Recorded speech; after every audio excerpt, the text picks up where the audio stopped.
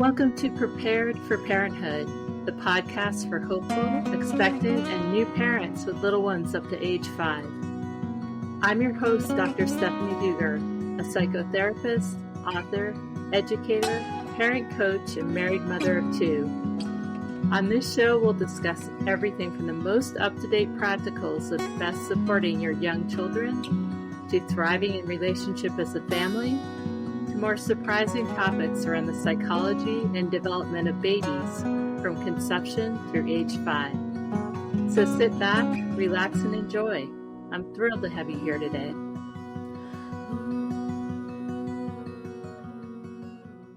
Welcome back to Prepared for Parenthood. Our guest today is Eileen Henry, a Resources for Infant Educators, or RIE Associate, and a member of the International Association of Child Sleep Consultants. She's a pioneer in the field of child sleep specialists and has helped families across the globe find peaceful sleep for more than 2 decades. Eileen is author of The Compassionate Sleep Solution, Calming the Cry from 2016, which can be found on Amazon, and her sleep program is rooted in RIE approach and regulatory theory. So thanks so much for joining us today, Eileen. We're so happy to have you here. Oh, my pleasure. In your book, you begin by discussing the 4 major sleep methods that parents or caregivers may choose to ascribe to: the cry it out, stay and pay, a cry it out variation, or the compassionate sleep solution. Can you share what each of these methods looks like and how they can impact both parents and babies? Yes. So cry it out is a traditional, and a lot of families still use that. They'll say, we did cry it out. But what most families are using is a modification of traditional cry it out, where you say goodnight to your baby and you put them in the crib and you go in the other room and you just white knuckle it and you let your child cry themselves to sleep. And that's a deal breaker for most parents. And I would venture to say, especially mommies, our mending, tending, oxytocin flooded brain, that just all the alarms go off. And I think because they should go off. So the modified approach is a timed approach. And it's what a lot of sleep consultants teach. You go in intervals. You start with shorter check-ins of 2 to 5 minutes. And you go often, and then you increase the time that you stay out to 10 minutes, 15 minutes, 20 minutes. It's clock driven. My approach is communication driven. So we're coming and going, and my preference is to start sleep learning. I don't call it training. I think they train us more than we're training them. But sleep training, potty training, I'm not a fan of that, even though I do like dog training, but training children, it just doesn't feel right. So it's a more attuned approach insofar as we're listening, and it depends on the age. So my preference is to start when infants have a clear enough understanding of object permanence. They have a decent amount of data by 6 months, but really 6, 7, 9 from tracking, patterning, and predicting our behavior, which is their brilliance.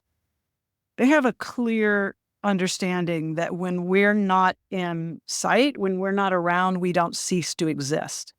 So I think that's a better time because what we're doing is what the infant understands. We're coming in, we're attuning, co-regulating, supporting, reassuring. And when the nervous system calms down and the cry cycles down and they're calm, we then deliver the news, which can be bad news if a child has had a lot of facilitation and sleep fixing. We put them back in their crib and say, I'm going to put you back in your crib so you can go to sleep. Or I'm going to put you back in your sleep place, wherever that is. And we step away. And a lot of times, that's when the cry spikes up again. And we wait, listen to see if the communication starts to cycle down, and we come and go based on that communication. So it's a co-regulatory responsiveness. We want to reaffirm in the child that we're available, we're present, we're consistent, and we're caring. We're helping them. We're in it together. So some sleep consultants say the biggest problem with cry it out or a modified approach, I've heard that some parents are told, don't look at the baby, like don't touch the baby, don't pick up the baby, just talk to the baby. And I know Kim West, who's one of the original sleep consultants, she was around when I started. She's put out a big kind of public service announcement of, no, don't do that. That's replicating the still face experiments. Don't not connect and look in their eyes and bring them close to you, because if you just go in and you stay a little too distant, that can put a baby into a panic to elicit a response. So we connect with them. We look them in the eyes. If they're standing there, we hold their faces and kiss them and look them straight in the eye and deliver the truth that this is a new way of sleep. I love that your method is based on attachment and bonding between the parent and the child, and how important it is to maintain that trust and the connection and that feeling of safety for the child, even, like you said, if you're not actually in the room when they're sleeping, once they've transitioned out of your room. I think it provides so much secure attachment for that child. So you're keeping that going on without damaging the attachment. Yes. And this is why I love this conversation. And I especially like having it with therapists who are rooted and there's a real focus on attachment. Part of attachment I find that's really interesting, the early attachment was really about imprinting, right? The geese. And I think there's a part of our attachment with our infants and our toddlers that's imprinted in the physical environment. They're so embodied. And the child, from a very young age, they understand the literal physical environment. And so much care and consideration and love is put into building the nursery, right? We make it beautiful. We're building this sanctuary that holds it. And so I encourage parents to take on that job of, we hold the reality for the child that you're safe and secure, because we are the safest and securest we've ever been on the planet. We have safe homes, Ring cameras in cribs. We really got that down. And so we can let that part go and hold that reality for the child. And it goes a long way, that confidence picked up by the child that you're safe, you're secure, this is your sanctuary, you're in the safest crib that we could purchase on the market, the safest mattress, everything is incredibly safe. Yet we have some obsolete instinctual drives that are there for a reason, that we want to stay vigilant and make sure we're responding. And like I said, the cry evolves and changes as our children grow. Their cry changes and gets stronger and more powerful. You first invite parents to understand their baby's basic needs versus their baby's wants versus the parent reinforced needs. What are these and how do they relate to baby's sleep? The 4 basic needs that I'm looking at, and this is really what's partially rooted in RIE. We talk about the basic needs. And the first one's relationship. That's the most important. The bond, the attachment, building a strong, healthy relationship. Trust is going one way. You, my baby, are going to trust me. I'm going to respond, newborn, symbiotic stage. It's the exterogestational period, the womb with a view. You're on the outside of me because your brain has so much growth to do and my pelvis got more narrow when we became bipeds. You have a lot of brain growth to do on the outside. So that first 3 to 4 months is really the enmeshed symbiotic stage. Relationship is number 1. The food need, of course, we have to respond. They're eating a lot, nursing a lot, nice. We're getting our milk to come in. Bottle-fed babies have a little bit of learning to do with the bottle, so we want to make sure that need is met. Quality sleep. The baby brain needs a lot of sleep periods. So they have many naps during the day, and the sleep is naturally fragmented at night because the food need is still a part of the night care. And then downtime, playtime, relaxation, However your family does that, we consider that a basic need, that is a really important need that circles back around to relationship, building relationship with the self and building relationship with the others in the family. So I look at it as a four-legged stool. And when we're in early parenting, we can do okay on a three-legged stool, but the two-legged stool is unsustainable. And all of those needs are naturally enmeshed. We're feeding in relationship, sleeping. Our downtime is really about caring for the newborn, the infant. So all of them are enmeshed at birth. As the child comes into the 5th, 6th, 7th, 8th month, that second stage of infancy, we can start unraveling some of the enmeshment. And the things are happening with the digestion. We've introduced solid foods. A lot's going on that we can reduce feedings at night so that the rest digest system can go into a fasting state, repair, regenerate, relax, and sleep. Sleep is happening in quiet love. We become a touchstone, and daytime is for active love, eating, digesting, and sleep too in the form of naps. So we're unraveling all of those basic needs. And the need versus the want, that's a long lesson. That's like about a 17-year lesson, learning the difference, right? Mm-hmm. Toddlers are very desirous. Human desire is a very interesting, unique part of being human. And I tell my parents, especially toddlers, we can give them the big break because grown-ups haven't really sussed that out yet, our desires, right?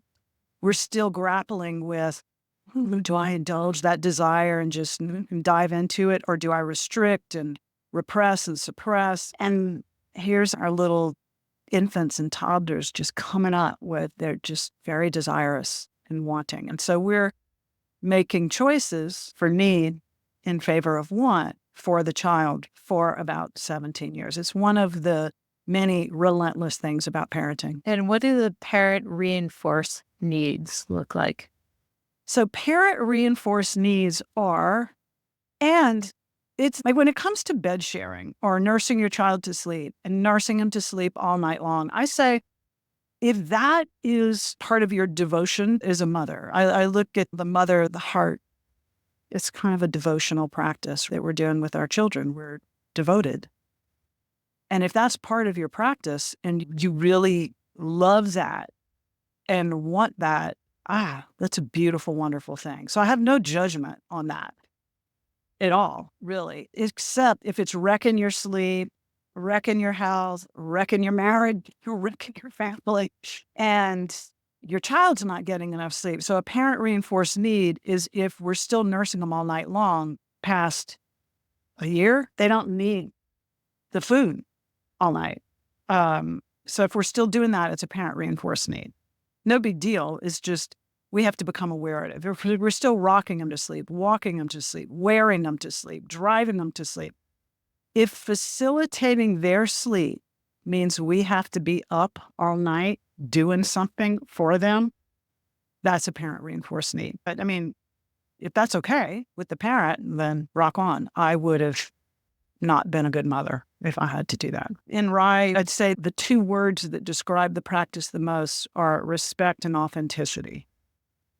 I am not authentically a respectful person if my sleep is fragmented all night. And a lot of the families I work with come to me, I'd say 80%, as I put it, have done time with the anxiety monster, have experience with anxiety or other mood issues. A large part of your book is devoted to both understanding and calming the cry. We know a baby's cry is meant to dysregulate an adult so that they'll respond. I don't know if you've ever been on a plane. That's why so many people get dysregulated when a baby starts crying and doesn't stop. We also know that hearing our own baby cry can be one of the hardest things for many parents. Can you share about crying, some important things to remember about the cry itself, and how to respond to it? Crying, yeah, and our babies cry. There's so much I can say about this. It's such a complex and nuanced subject. So I love the name of your book, Preparing for Parenthood. I think being prepared helps. Not all cries are the same. Some cries can be just witnessed. I think that's the most important thing about crying is I believe it's meant to be witnessed. If we can't genuinely know what the child's crying for. So toddlers who are crying for another popsicle or crying for one more this or one more that, that's different. I think it still deserves respect, but it's not the same quality of presence that we're going to offer when we either don't know what the cry is about or it's an intense cry. And in part, our children are learning about self-regulation by the way we're caring for them. And I call it other regulation we do. So we're soothing them. At first, we are fixing a lot for them. And off and on, we fix things for our children all their lives. I'd say one little phrase about RIE is that we encourage ourselves as parents to allow our children to do the maximum of what they're developmentally capable of within reason. We're always putting that in the context of the circumstance where sometimes we're going to dive in, we're going to fix it. Sometimes we're going to offer more. That dance we do as parents of how much challenge and struggle am I going to let my child have so that they're capable, competent, and unfragile, because childhood, human development is an unfragile system. And I'll get back to that. I really have been reading a lot about unfragile systems, and I'm fascinated with it, how we build resilience in little ones, incrementally, tiny little steps through toddlerhood, young child, adolescence, teen, and then young adult, how that develops over time. So the cry is something we want to be prepared for. We want to honor it. And they're learning about how to self-regulate partially by us soothing them and caring for them.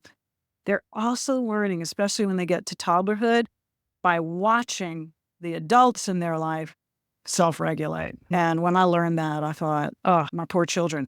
I had a lot of work to do on self-regulation because I had been in talk therapy for 20 years. I hadn't done enough work on self-regulation. So when my babies cried, it felt like my whole internal system was having a core meltdown. So what are those tools that you help parents try to learn? The most helpful is an embodiment practice. Children are embodied. They're just completely embodied. They're feeling, sensing, all their senses, everything's happening at once. So a lot of parents that come to me already have a meditation practice or a prayer practice or a physical practice of grounding, breathing, singing. I discovered it's not only beautiful and wonderful. My previous career and profession was as a singer, and it affects the vagus nerve in a powerful way. So anything that tones the vagus nerve, that grounds the body in the present, laying on the earth. I mean, there's very simple things we can do, but some embodiment practice. We get up here into our heads and our heart gets all choked up in our throat, and we can bring the energy down into our body, into our heart, into our gut, into our pelvis, and really get present with what's happening and breathe and offer, as a colleague of mine, Janet Lansbury calls it, an emotional anchor.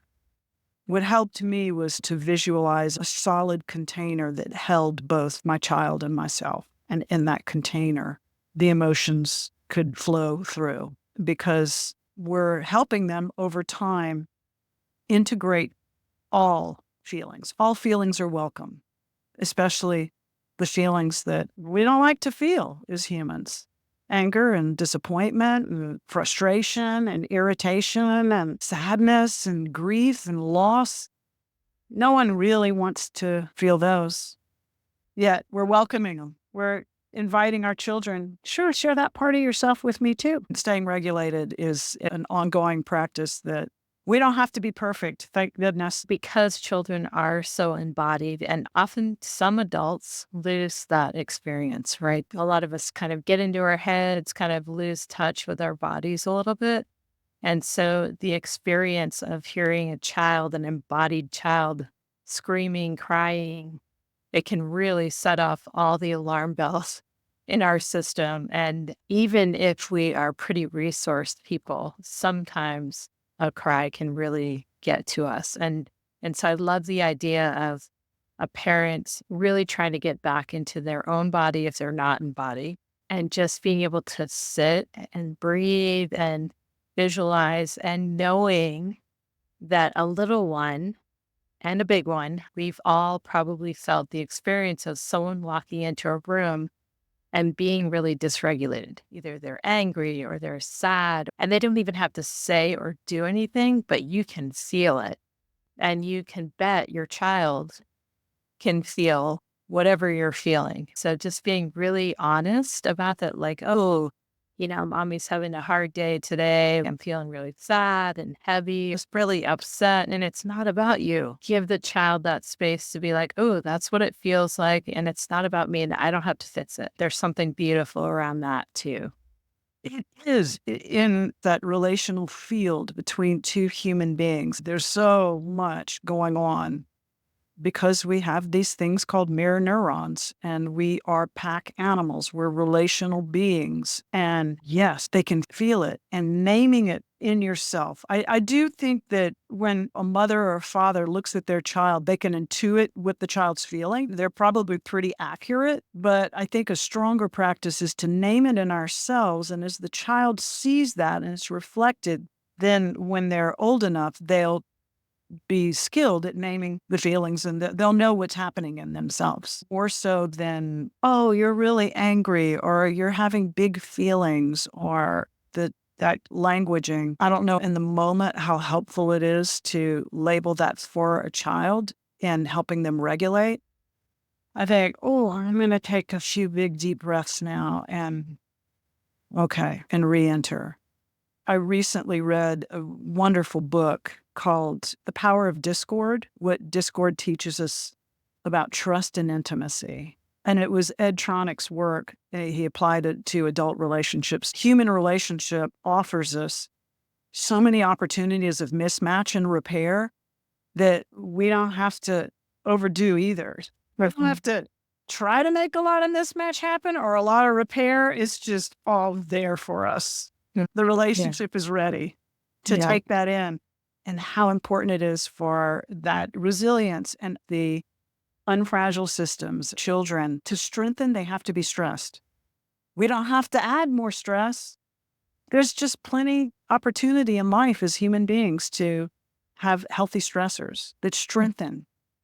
And so I look at learning sleep skills, learning how to eat nutritious, healthy food when we would rather eat carbs and sugar. That disappointment of the cake is gone, and no, that's it. Until the next time cake shows up, no more cake. And kind of piggybacking on unfragile system piece. Yes. Arguably, our most rapid and critical growth as human beings occurs from conception through the age of 3. Yeah. And a newborn, which we're defining here as about 0 to 5 months, will likely have very different sleep patterns than an older infant from 5 to 10 months, who will have very different sleep patterns than a toddler or preschooler from 10 months to about 3 years. Can you describe some of the developmental milestones around sleep during each of these stages, and what parents and caregivers might expect and support, and how that unfragile system plays into it? Yes. So newborn, I will tell you this. I've put a newborn package on and off of my website. And if someone calls me for the newborn package, I spend most of the call 20 minutes talking them out of it. Unless there's an overriding circumstance like postpartum depression, anxiety, or psychosis, then there's a priority. And still, we have to do it very gently. To ask the newborn to be separate is a big ask because they're still in that symbiotic stage. So the 5th and 6th month, the self-soothing mechanism in the brain becomes more stable. And as Alan Shore, most of our RIE associates have done a lot of time with Alan Shore at UCLA studying affect regulation. And at 5, 6 months, it becomes more stable, and our infants are starting core relationships. So the core self is built in the body, and that's why the body needs to be so close to a grown-up body. The brain needs to be close to a grown-up brain. So room sharing, bed sharing, all of that is great. 5, 6 months, there are several signs.